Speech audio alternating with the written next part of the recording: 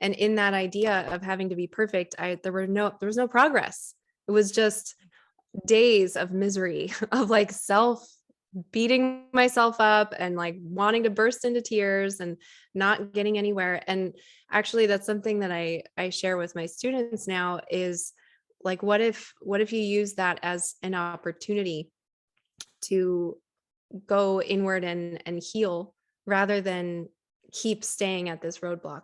Like, what if this obstacle is actually a way to offer you a level of resilience that you didn't have before, rather than being just constant roadblock after roadblock after roadblock. I believe the biggest problem in the world is that people don't understand themselves enough. This show is designed to help you understand your INFJ personality, heal from your past, and create a life that you love. I'm Sarah Kuhn, and this is the Quiet Ones Podcast. Hi there! Today on the podcast, we're talking to Rebecca Doring, who is a meditation and yoga teacher as well as an INFJ. I always love talking to INFJs because we always have amazing conversations, and this one is no exception. So many of the stories that she told, I genuinely felt like I could have told the same stories. I just love how much we relate to each other. In this conversation, we talked about perfectionism, having your own back, and taking care of yourself as well. Let's take a listen. So tell me how you got started in your business and your podcast. I started out, I went to culinary school. I went to pastry school specifically. And I had been a baker, and I had dreams of becoming a pastry chef, a famous pastry chef, all the things. And it was a really, really tough life for me. I was very, very stressed out. I had no idea how to process or cope my stress. And as a kid, I had been sick a lot and had very few tools with coping with stress, with feeling emotions, with moving through life in that way. And yet I had a strong desire to feel a sense of joy, of enjoying the moment, of seizing the day, spontaneous, wonderful, awesome days. And that was one thing I loved about baking, that when I would offer someone a pastry or something delicious and see their face light up, I loved that aspect of baking. But it really came to my dad got sick with cancer. And when he got sick with cancer, I did not have the coping skills to be able to move through that and stay where I was. And so something inside of me was longing and searching, and always had been, but something inside me pulled me towards the world of meditation. And it was actually a job that I had gotten that was just asking so much time of me to be away from my dad during holidays and everything, that I decided to quit. And when I quit there, I really thought long and hard, and I didn't want to be in the food industry anymore. So I was looking elsewhere, and someone told me about a massage therapy program, and my eyes lit up thinking, that's interesting. Maybe I'll give that a try. And I literally walked into this building. They had a discovery workshop, and I saw the teachers there, and they had this calmness and this groundedness that I could feel. And I didn't really know what those words meant at the time, but I knew very much that I did not know how to feel that way intentionally myself. I knew that those feelings would just come on their own, and I couldn't really recreate them. So I thought, I don't know about massage therapy, but I'm going to go here so I can learn how to do what they do. And sure enough, they did, but they taught me that through meditation.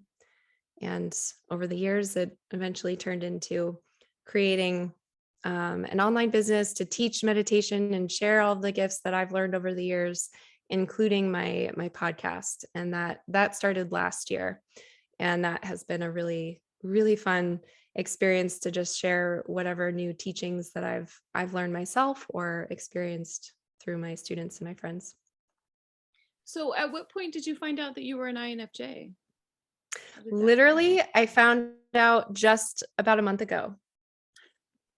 It's really cool. Yeah. I was just the podcast episode that I was listening to where you were talking about it. Yes, I found out that a friend of mine had told me, well, I had actually taken a have you heard of the book Sparked? No, I don't think I have. Yeah, Sparked is great too. It's another personality test kind of thing. And I took that test. It's where you find your Sparketype. And it was so amazing. So I was telling my friend about it, and she ended up taking it. And it was such a great tool to be able to understand each other and ourselves better and relate in better ways. So then she told me about Myers-Briggs. So I took that test and was instantly fell in love with these personality tests because I love to learn. So I was as soon as I read the description of the INFJ, every single word, I'm like, yep, yep, yep, this is creepy. Yes, for sure.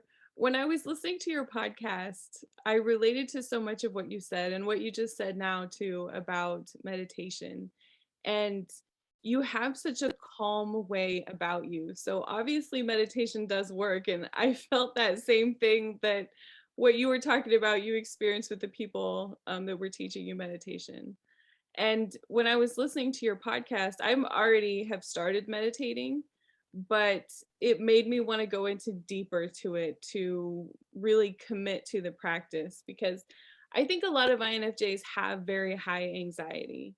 Um, we worry about so many things and we see things coming, we can sort of like predict what's going to happen. And we spend so much time thinking about the future, and then there's so much worry that comes with that, and there's a lot of perfectionism, and all of that leads us down this road to burnout eventually.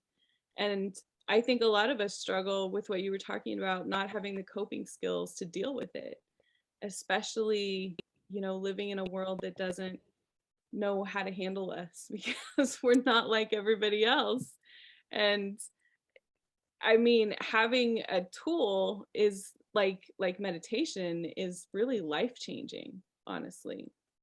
Yeah, 100%. I very much wore a badge of perfectionism, like a badge of honor, especially in pastry school, because there they really almost reward you even more for being a perfectionist, and like they tell you you have to be. And but the thing about perfectionism that I didn't see then was that, like, I remember making finishing a cake. There was actually a wedding cake, my very first wedding cake that I did. Was this hugely exciting moment. My mom was there. She was so excited for me, and she asked me to take a picture with the wedding cake. And I didn't want to because I was a ball of stress. And in the picture, you can see my fists in like tight at my sides. And I have a smile, but it's all filled with worry. And the reason why is because all I saw were the flaws in the wedding cake. Like I didn't see anything that was good. It was only all the things that were wrong. Right. And yeah, and growing up and worry as well. Growing up, I was always a worrier. And that's still something. Like now it's worrying and feeling overwhelmed are my two like red flags telling me that I haven't been meditating enough and that I haven't been doing my self practices enough. And that actually is a motivator to meditate sometimes if I'm like, oh, I just don't want to meditate today. And then I think, okay, well, how will the day go if you don't? Yeah, I'll probably be a lot more worried. I'll probably get a lot more overwhelmed. So let me just sit down and meditate. Yeah. That reminds me of when I was in college. I studied engineering for a while, and I was very much a perfectionist too, because I was a straight A student through high school, and then college I was not a straight A student, and it wasn't for lack of trying. So then the more that I tried, it felt like the more I struggled. And I remember like standing outside a professor's office one day, um, because we had taken a test, and he handed me the test, and it had like a 60 on top of it. And I'm like, is that out of 100? And he's like, yeah, that's out of 100. And I'm like dying inside, like almost at the point of tears. And he's like, I don't know why you're so concerned about it. I'm like, I got a 60 out of that's like a failing grade. And he's like, sir, you got the second highest grade in the class. And I'm like, okay, so everybody failed, right? Wow. But it was still, to me, even when he said you got the second highest grade in the class, I still felt like a failure because I wasn't the first one, you know? Yes. Um, it even since then, I've struggled with perfectionism so much, especially since I started my podcast. I mean, when I started my podcast, I can't even tell you how much time I spent editing because when I first started recording, I was sitting too close to the microphone. And so, normally when you're talking, you take breaks and you take a breath. Well, when I was sitting too close to the microphone, you could hear those breaths. And so I'm like, okay, I'm going to edit all of those little pieces out because that's ridiculous. Like, I can't listen to that. It's too annoying. And then after I did that, and it took me hours to do that, somebody commented on one of my podcasts and they said, it sounds really weird. And I'm like, oh, it's probably because I edited out all of the normal pauses that you take when you're talking. Oh, interesting. It's taken, you know, a lot of, I guess, experience to finally get me to say, okay, it's, you know what, it's just done. And that's going to have to be good enough because the perfectionism, it's killing me. Like I'll never get anything done. I'll never do anything if I worry about every single little thing being perfect. Yes.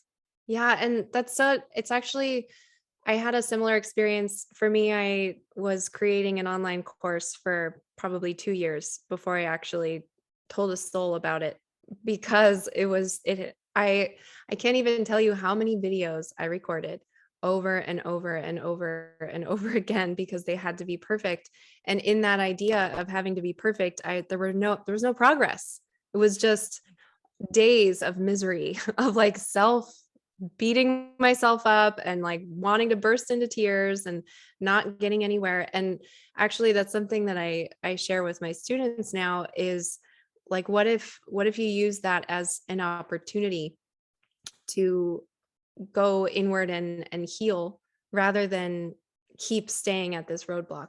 Like what if this obstacle is actually a way to offer you a level of resilience that you didn't have before, rather than being just constant roadblock after roadblock after roadblock. And for me, learning how to then start filming videos and leave it be imperfect, and the whole slogan of done is better than perfect, it has been like a personal mantra over the years. It really helped me in so many levels of my life of moving through that and seeing those as opportunities to actually start to have my own back rather than beat myself up, and practice having my own back instead. That's been a big work of mine lately. It's funny to me how I started a blog first before my podcast, and I wanted to write. That's why I was doing it. And I picked writing about personality types because it meant something like big for me. It was a huge turning point in my life. I was not expecting a personal growth journey. I wasn't expecting um, all of the perfectionism to come up. And then when it does, it's like, okay, why am I so like, why does everything have to be perfect? And then you start diving into fear. And then there's all these issues about judging yourself and self-love and all of these things wrapped up in what you think the world is judging you for, and you realize that all of it comes from yourself. And you mentioned having your own back, and that's kind of, I mean, that's a massive thing when you're talking about having your own business, because it's almost like there's two little people on your shoulders, one just like berating you with all of this judgment, and another one going, no, hold on, it's really not that bad, like you're doing a good job. Yeah, 100%. It's so interesting. There's a quote that I'll paraphrase, that the growth of your business is in direct proportion to your personal growth. And that it's just so true. Like you really can't do one without the other. It just happens. And it goes both ways. If you spend your efforts in personal development, then if you do have a business, then it will grow. Or if you focus on the business, then it'll come up and you'll either grow or you won't, and it'll just stop. Right. But But yeah, the having your own back is such a piece. I didn't realize, like, probably right around the pandemic, actually, the beginning, I was introduced to that concept through Brooke Castillo of the Life Coach School podcast.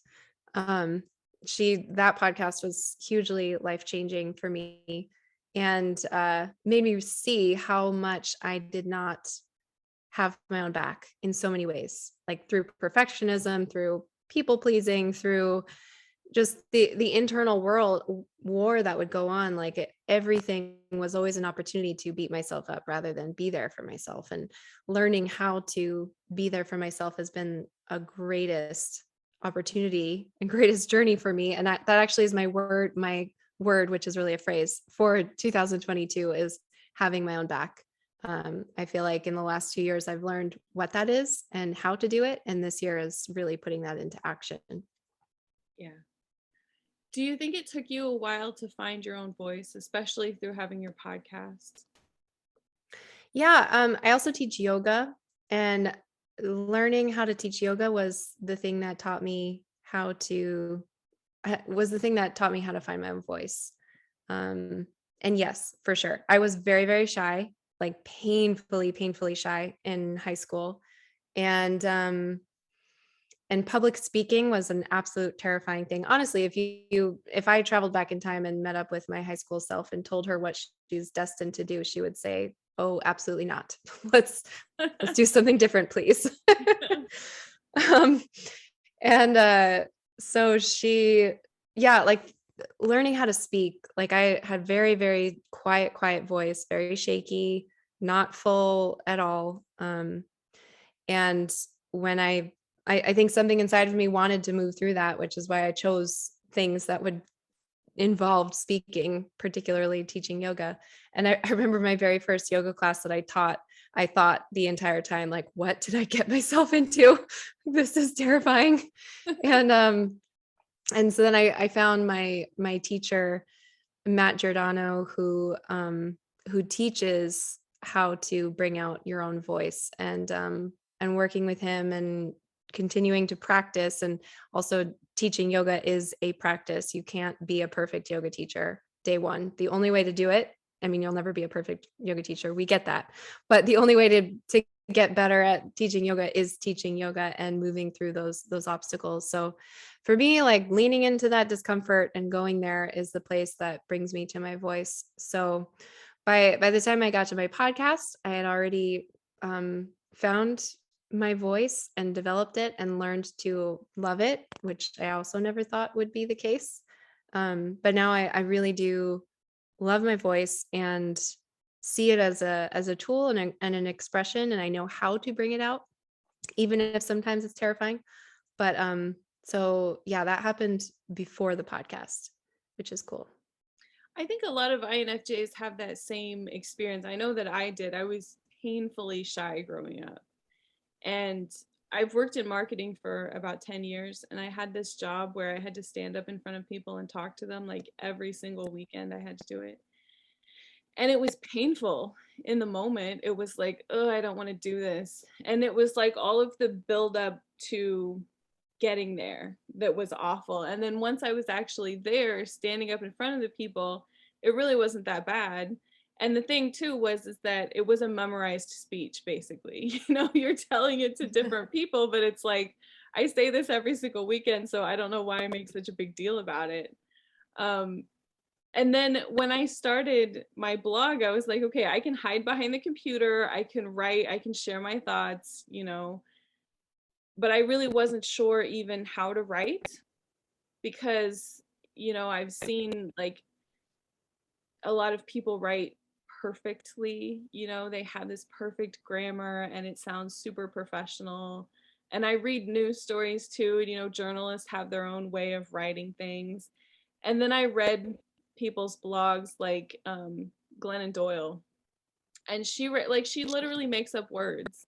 And I was like, well, okay, I guess if she can make up words and be super successful, then I can write and not be able to spell very well and, not have perfect grammar and all those things. And I never would have thought that I would ever be on a podcast or on videos. But for some reason, I had this idea to start a YouTube channel, and I'm like, I don't know how that would work. And then I was listening to a different podcast. It used to be called Don't Keep Your Day Job, and now it's called The Kathy Heller Show. And she was doing a free class on how to make money blogging or something. And one of the classes that she talked about podcasting, and I'm like, I'm gonna start a podcast. And it was kind of this like war in my head of like, I'm gonna have to edit it and I'm gonna have to listen to myself talk. And that was a whole self-love journey too, of like not criticizing myself. But then I've heard people, like I've had comments recently. Somebody sent me some really nasty messages, and one of them said, well, you can't be an INFJ because you have a podcast and you have videos on YouTube. And I was like, I don't understand how that works. Just because Right. you're shy and have a lot of anxiety, that doesn't mean that you can't work through it and overcome it. And it also doesn't mean that, you don't sit in front of the camera for 5 or 10 minutes before you start recording and, have a little bit of anxiety and then swallow it and keep going. There's a way to move through it, even though it's not necessarily natural. You're not like the extroverted person who's just ready to go at a second's notice. Does that make sense? Yeah, it's so true. I mean, to me, I see that our greatest pain can become our greatest gifts. And that just because you have these things that you or others may see as roadblocks or flaws or limitations could actually become your greatest skills. And because you need to learn how to work at it, and then you show up in bigger ways. And another thing I've been discovering is a lot of people in the media, a lot of celebrities, a lot of musicians, a lot of people who look from the outside like they are extroverts and it comes easy for them, are introverts and actually took a long time getting there. And they had to move through that messy middle of learning how to have their own back, of getting better and finding their voices, and still feeling the nerves and their heart pounding when they're on stage. And it's actually, the more I learn about it, the more I hear that that is the case. Yeah, And some of my favorite musicians have massive anxiety and actually left being in the spotlight for a while because they were so terrified to be on stage. And after I learned that, I was like super inspired by them. And I'm like, well, if they can be on stage, I don't want to be up in front of 15,000 people, even though that's another one of those things that keeps coming up in my head. Like, I need to be in front of people talking. But I see yes, maybe at some point, but not today. I don't do want to it. be in front of 15,000 people. But I think if they can have massive anxiety and do that for a living, then surely I can, sit in my safe little apartment and record podcast episodes. For sure, for sure. That's well, and it's interesting because I think, especially in um, studying in the world of meditation and emotions, and that's become now my expertise, both things that I had no skill in growing up, is that I now see that feeling anxiety and feeling fear and feeling failure, feeling these quote unquote negative emotions used to be roadblocks. But when you learn how to feel them and process them and move through them, then they're not roadblocks, they're actually opportunities. And so it's not something that you need to resist against. It's more something that, like, what if you were to lean into this a little bit? What if you were to use this as an opportunity to get to know yourself and connect to yourself a little bit and connect to the world around you? Like, what might open up for you? I use it as a sign because there are a lot of things that I've done in my life that I felt an extreme amount of fear, but also a lot of excitement at the same time. And I know that when I feel both of those things, that I have to do whatever it is I'm thinking about, because I've done those things in the past. I've pushed through all of the fear, and those have been the best things that I've ever done. And I see my friends going through some of those things, and I don't know what the best way is. I'm trying to like help them through the fear and tell them, that it is a really difficult thing, but when you move through it, then the best things happen. One of the things, I moved to Boston. I'm from the Midwest. Well, I moved to North Carolina first. And it was the scariest, most awful thing that I did because I was by myself and I was like 25, something like that when I did it. And I had no idea what I was doing. And I had barely lived on my own before, but it was like, I have to know. I can't not know. And, it was incredibly scary, but it was also really exciting. And learning that I can depend on myself, learning that, I can, whatever comes up. My mom had this, she didn't want me to go, right? So she would start with, well, what are you going to do if? What are you going to do if you get a flat tire? What are you going to do if you get stranded somewhere? What are you going to do if you run out of money? All these really bad things. And I thought in the beginning, I thought I had to have an answer for all of those things. And then I finally realized it's like, no, I'm just going to figure it out. Because I started asking her, well, what do you do if you have a flat tire? You figure it out. Like that's part of being an Ooh. adult. You figure it out. And so every time something like that comes up, I'm like, listen, I've done this in the past. I figured this out. And so when it came to writing or starting a podcast, all those fears comes up and, my mom's voice of like, what are you going to do if? What are you going to do? And it's like, we'll figure it out. That's what we're going to do. And we're just going to dive in and see what happens. One of my favorite people, I think it's Ruth Soukup, who says, do it messy. Like she has this book that's called Do It Scared. And she talks about being messy and just, doing whatever it is that you want to do while you're scared and not letting that hold you back. I love that. I love that so much. It's so interesting because, especially with worry, I think that worrying, we tend to almost feel a sense of control in a potentially uncontrollable situation, that our brains will interpret that if I worry, then I will be prepared for all the potential outcomes.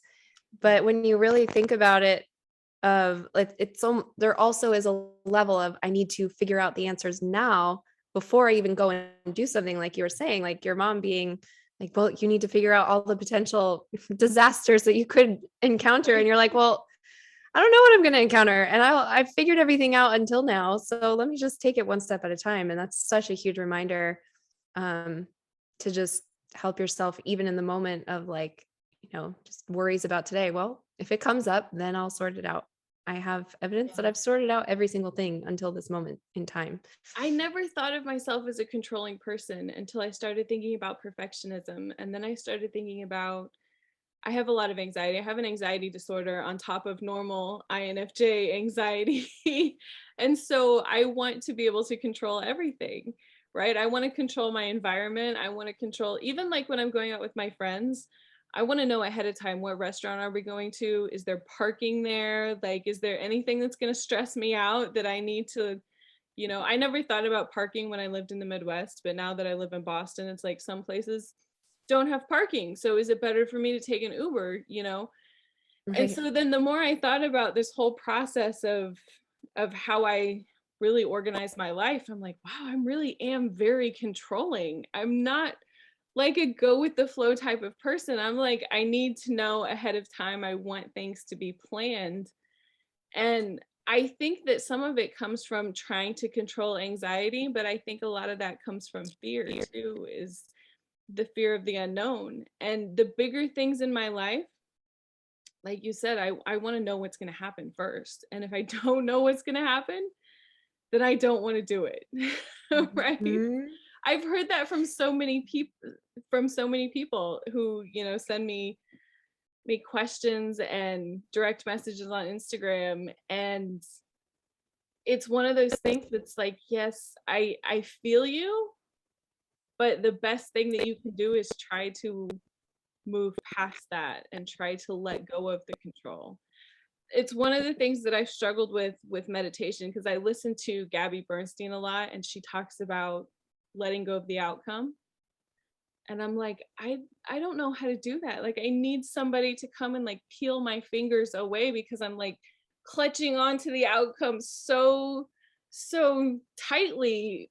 In my head, I've seen all of the other things. Like, I've explored all of the other ways that whatever it is that I want, like whatever it is that could happen.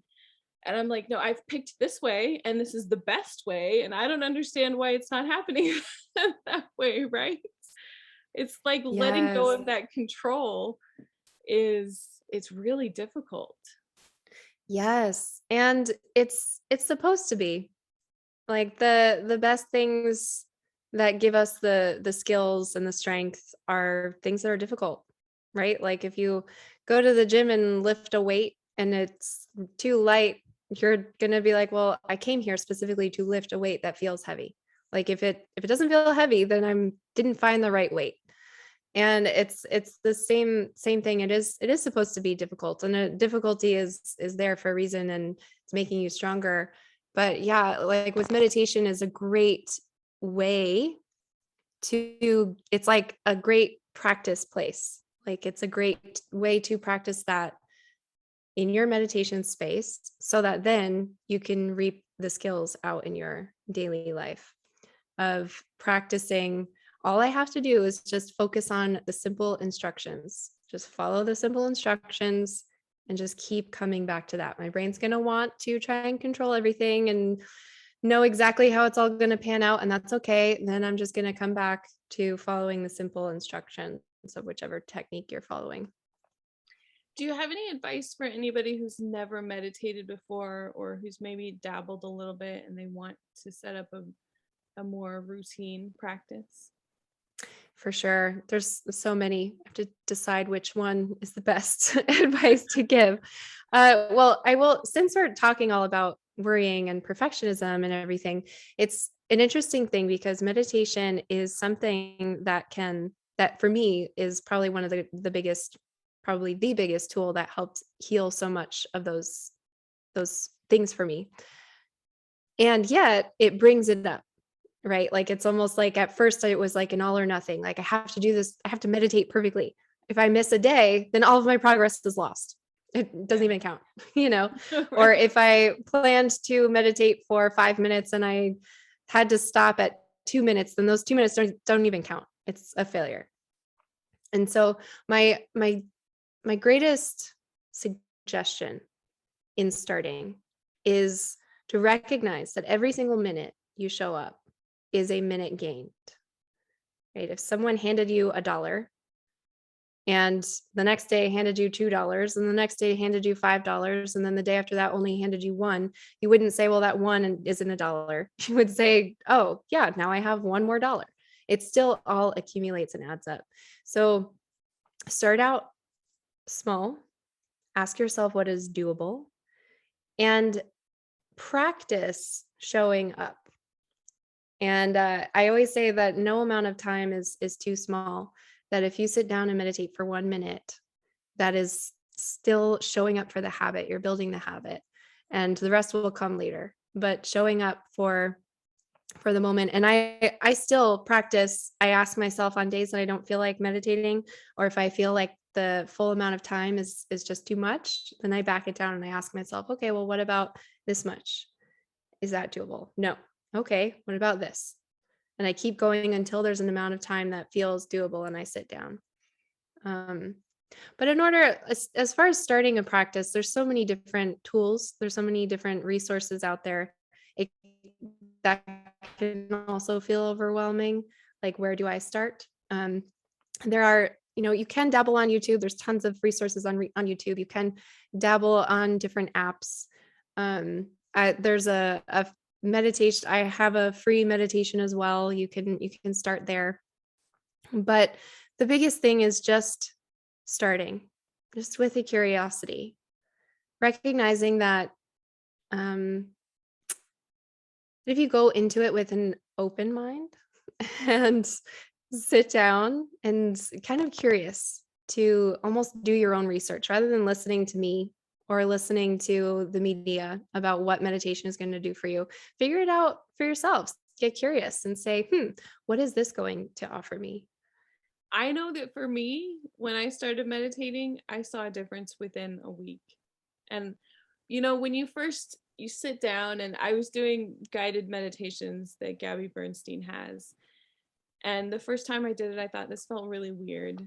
Like, I don't know that this is going to do anything. And the second time is like, okay, I mean, I don't really know about this. And the third time, it's like, it's starting to feel a little bit more normal. And my story, which I've told before, is I live close to Boston, and so there's tons of traffic everywhere. So every time you go somewhere, there's massive traffic, and people are incredibly rude too. And so I get angry, like road rage problems. And I noticed that I started getting angry when I started thinking about going somewhere. Like, I get angry before I even get in the car because I know it's going to be a problem. And I don't like that feeling. Like, I know that it's there, and I'm like, I don't know, I don't know how to fix it. I don't know how to stop it. So then I was meditating probably for about a week, and one of them that I was doing was like this one about gratitude, and picking like simple little things to be thankful for. And so I was in the car going somewhere, and I was just like getting so mad at somebody being so rude.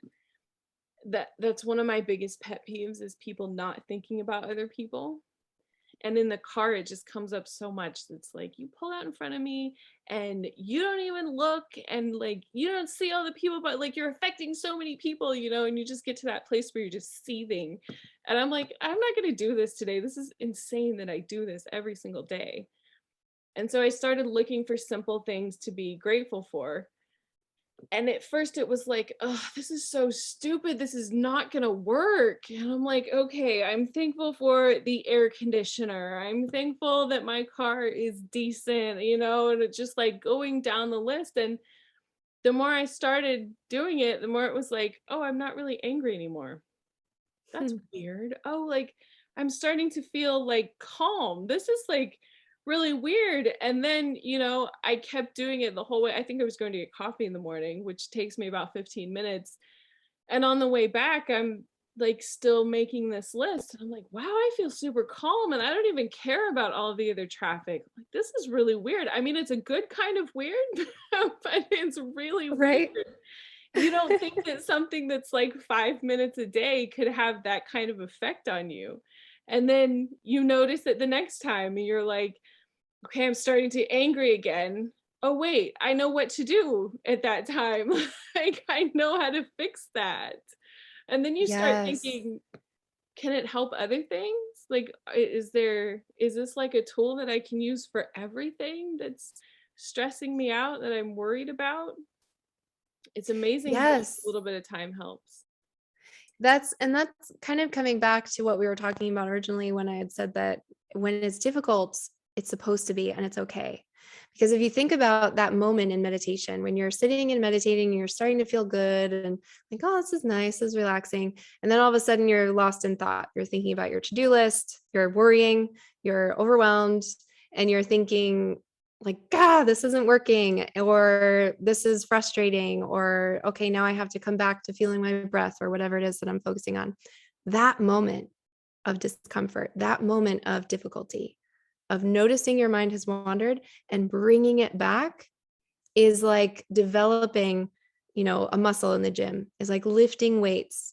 So that then in your daily life, like you explained, when you're in the car, when you're in that moment where it's much more difficult, when you're feeling a full body emotion of road rage, and it's so encompassing, and to notice it in the moment, that, oh, wait a second, I can focus on something else, and bring your focus to something else. And that strength is something that you've practiced in your meditation now, that skill is now available to you because you move through the discomfort initially. It's like you need the discomfort to be there so that you can move through the really difficult times in our life when there's something really intense going on that is much more hard to move away from than, just thinking about your lunch when you're meditating. Right. I like that you say that it's supposed to be difficult, because most people don't say that. And then you get stuck in those moments where it's difficult and you think, oh, I'm doing it wrong. Like, there's something I'm missing. Exactly. I need to know more about it. Um, because most people don't say it's difficult. It's really hard to do to get started. Yeah, and it's actually meditation has a reputation of creating peace and calm because it does. But just in the same way that going to the gym creates strength in your body, it's like the byproduct, the outcome creates peace and calm. But the work to get there is working with that discomfort and then coming back and choosing something different, moving your focus to something different over and over and over again, practicing.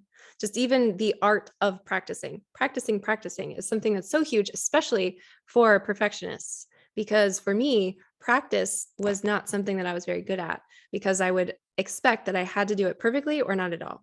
There was no in between. It was like if I wanted to start something new, I had to be an expert right away. Otherwise, I was a failure. But really, when you look at it logically, that's just not how we work as human beings. We need practice and repetition, and we need to make mistakes and learn from those mistakes and build resiliency. And meditation in itself is a way to do that. But that knowledge of, oh, this is supposed to feel a little hard right now. That's okay. This is supposed to feel uncomfortable. That's okay. And that means I'm doing it right. That means that I'm actually being a successful meditator right now. Yeah. I read this book that said you need 10,000 hours in order to be good at something. Ooh, that's so good. Yeah. I have the same belief too, or I used to have the same belief. It's like, if I'm going to do something, it has to be perfect. And if it's not perfect, then I'm not going to do it. And I really confronted that when I started running probably 6 or 7 years ago. I hired a running coach because I'm like, I don't know how to run. And apparently there's different ways that you can run. I don't know. So I hired this coach who was really expensive. And I was just struggling so badly. And I remember sitting down with him one time and I was like, listen, I mean, I don't mean to be rude, but I think that you're like not telling me something, because this is really difficult and it's really difficult all the time. And I don't really see any results. And he's like, I'm like, it's not difficult for anybody else. It's just difficult for me. And he's like, Sarah, that's not true. It's difficult for everybody else. It's just that nobody else complains. And I'm like, so I'm a complainer. That's the problem. And he's like, no, you just don't realize that it's difficult for everybody else. They just don't talk about it, but it is. It's really difficult for everybody else. And I'm like, okay. So then once I started podcasting and blogging and all of that, I realized it is difficult for everybody else, even if they don't talk about it. You have to be messy in the beginning, because the first thing that you make isn't going to be good. It's just not. And the sooner that you accept that, the sooner you can move on to the next thing, which is a little bit better, and the next thing that's a little bit better. And maybe your 100th podcast episode is actually going to be good. It's not going to make you cringe. But that doesn't mean that the ones that make you cringe aren't worth putting out there in the world. Right? Because Yes. you have to do those to get to the better ones. Yes, I think about even I love to read, and I remember when in my podcast, like before I started my podcast back in the day when I really wanted to, but I was afraid to put out an imperfect product, and I was afraid to put out that evolution, that I realized that in if you ever read like a book series, I mean, even just take Harry Potter, for example, like book one versus book seven, you can see how she's evolved as a writer. And imagine if she never dared to put out book number one because she was afraid to put out I mean, it's a great book in itself, but just seeing like, what if she compared herself from book one to book seven? It's just the world deserves to experience your gifts. And also I love to see the evolution of other podcasters listening to their episode 500. And I love to see that evolution. It's inspiring to me. So the more we do that, the better it is for the world, and certainly for ourselves as well. Yeah, I agree. I like seeing the evolution too. It's nice to go back. Somebody, I think it was probably Kathy Heller, was talking about, do you know who Gary Vee Yeah. is? She had his first video, and like the first video that he ever recorded, and she's, played it, and it was like, wow, it didn't even look like him, because it had been so long ago. And now when you watch his videos, he's like mind-blowing, that he's so inspiring so quickly, and the videos are edited so well. And, you look at his first one and you're like, okay, yeah, he's come a long way. Yes, and that's, I love the quote that I'm also going to paraphrase, and I'm not sure where it comes from, but just comparing don't compare your day 1 to someone else's day 1,000. Like, it's just not fair. Like, it's Yeah. certainly not having your own back, but it's so that. And I also love thinking about, like, when we do compare ourselves, we tend to compare our internal world, kind of like what you were experiencing with running, to other people's external world, like what they choose to express. And we compare all the thoughts and the feelings and all the things that are going on inside, and we judge it according to this, like, Instagram worthy image that someone Right. is putting out. And it's just not the right comparison. Like, it's not fair to either one person to compare ourselves. And it's something I totally resonate with, and I definitely have done tons of times in my life. But I like to remind myself that when I get caught in that, like, comparison feeling of, oh gosh, why is it so hard for me and so easy for everyone else? And I remember, okay, I'm judging my own internal world with their external world. They're probably suffering and struggling too, or they did at least, and they've just moved through it. Yeah. I agree with that. I accidentally subscribed to an app that was called Face App, and I guess I'm that old now where I accidentally subscribed to things. And so I was like, well, I paid $26 for it unintentionally. Like, I should use it. And so I started playing with it. And I don't like pictures of myself. I don't like videos of myself, any of that. But I found a selfie that I had taken. And so I'm playing with this app. And just through a couple of clicks, the picture looked like a whole different person. And somehow I looked almost like a model. And I'm like, had this massive realization of where I felt so stupid. I was like, I'm doing Instagram wrong. Everybody uses this app, and that's why they all look perfect. I'm like, not that I want to look perfect because I don't want to have that presentation to people, but it was like, oh, it makes so much sense now. I didn't realize that there was an app that would make you look perfect. But now this is like I'm comparing my unfiltered pictures to everybody else's pictures that are not real. And one of my Yeah. favorite shows, which is a horrible show, I like to watch 90 Day Fiance. And I've seen so much of that on there where people start these relationships with people halfway around the world and they share with them these heavily edited pictures, where they look 20 years younger and 50 pounds lighter. And then they meet each other in person and they're like, oh, like I didn't even recognize you. And I use that when I start comparing myself to, other people online. It's like, hold on, that's probably not even what they look like, and just because they took one picture. And I have another story too. My favorite band, I'm sure you can see, is New Kids on the Block. I absolutely love them. And I had a chance to meet them in early 2020 before the whole pandemic. And I took a selfie with one of the guys and I sent it to one of my friends, and she was like, oh my God, I can't believe that you did that. Like, tell me the whole story. Tell me every single little detail, everything that was said. And I'm like, okay. And the picture, I don't even know if I have the picture because you have to see the picture in order to understand. So, okay. I don't know if can you see it? Yeah. Oh my gosh. So it looks like this super cute picture, right? I love it. She's like, tell me every single little detail about it. And I'm like, okay. So the whole thing was like 4 seconds. The first second, I don't even think I asked him. I think I handed him my phone. The second we leaned in. The third one, he took the picture. The fourth one, he took off running towards the door. She's like, that's it? That picture was 4 seconds? I'm like, yeah, that was it. He didn't even say anything to me. She's like, oh my God, it looks like you guys are some kind of a couple. And I'm like, no, it was seriously, could not have been more than 10 seconds, literally. She's like, I don't even understand how that works. And it was just another representation to me that what you see on social media is so fake, Yeah. because a lot of people have pictures like that and they put them up there and they're like, oh, look at this. And you're like super jealous and you don't realize it was 4 seconds, you know? Right, right. Oh, that's such a good story. So this was a great conversation. I love it. Yeah. It was so I, fun. I love talking to INFJs because it's like, and it seems like every single one that I talk to, I've had the same experiences. You know, the stories that you tell, I could have told you the same story. I could Yeah, yeah, it's so true. It's so cool. I'm so excited that I discovered this new world.